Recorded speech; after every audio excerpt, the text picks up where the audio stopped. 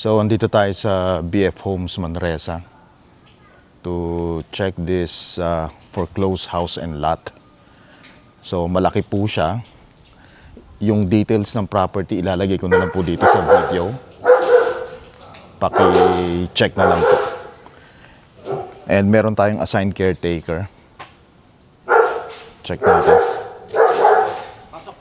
Kayo caretaker? Ay, wasak-wasak ah. Dilapidated. Pero ang laking lote niya ha, 800. Pwedeng pumasok ko eh. Videoan ko lang ha.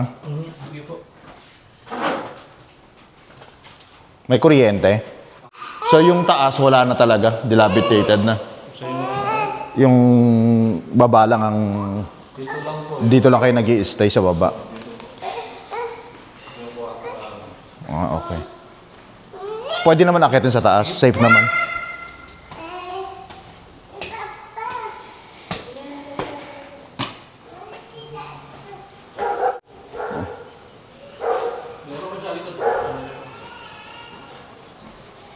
So, kailangan to, ano na?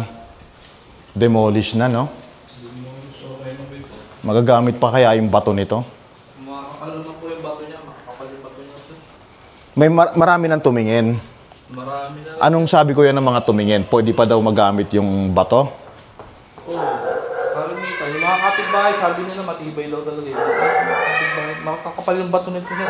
Oo nga eh, malapat nga eh. Hindi. Parang kali ito, ano eh. Sirapan ko yung concrete nail. Oo. Bengkong dyan. Parang ganun din yung sa may, yung isa sa BF, ano? Sa Tahanan Village naman. Ang lapad din ng semento. Hindi nababaon yung ano, yung... Pag mga concrete. Oo, hindi nababaon. May swimming pool siya. Kaso, laki ha. 800 square meters. Kanya pa rin tong lote dito. Parking lot niya. Ah, ito. Kanya pa rin yan. Ito po, yung ano, nasabi na po namin yung mga ano, Yung, natambak. oo, Naantay na lang mo namin yung ano, hakutin. hakotin mo yung maghahakot. Laki niya. 800 square meter. Around, ano 800, parang 900 na nga yata. Mga kahoy po na inano niya eh. Saka mga bubong. Binaklas nila. Guna- Ba't nila mas malala pang Ano yan, ano, naglagay pa kami. Yung tubig siguro niyan, pinatay nila.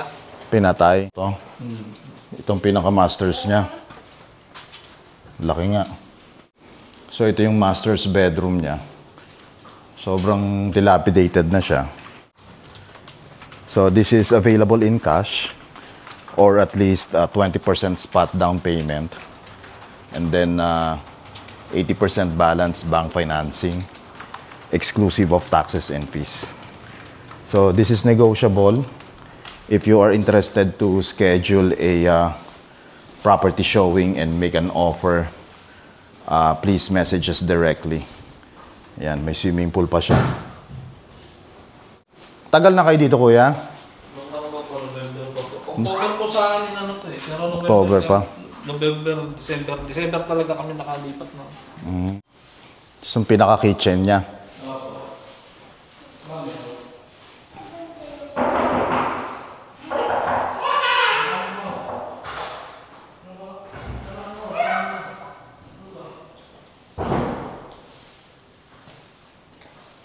Laki ng kitchen niya. Hanggang dito. Kung pag ano namin dito, Oh. pinagdal din yung mga granite. Nakababa ito eh. Kaya kayo magbalik ng mga granite. Hindi nila pwedeng sirain yan kasi Puno na ng ulan. Na, ano, nasip-sip na yun eh.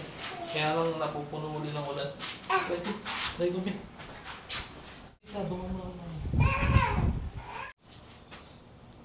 wala. Baklas lahat. Pati yung bakal niya, hindi na rin magagamit.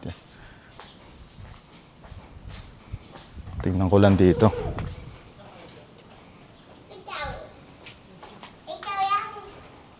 Tatlong lote to eh. 3 lots.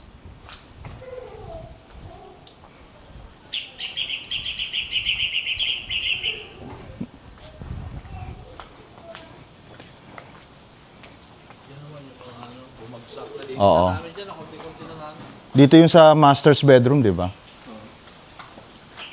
At paikot siya doon, palabas ng swimming pool.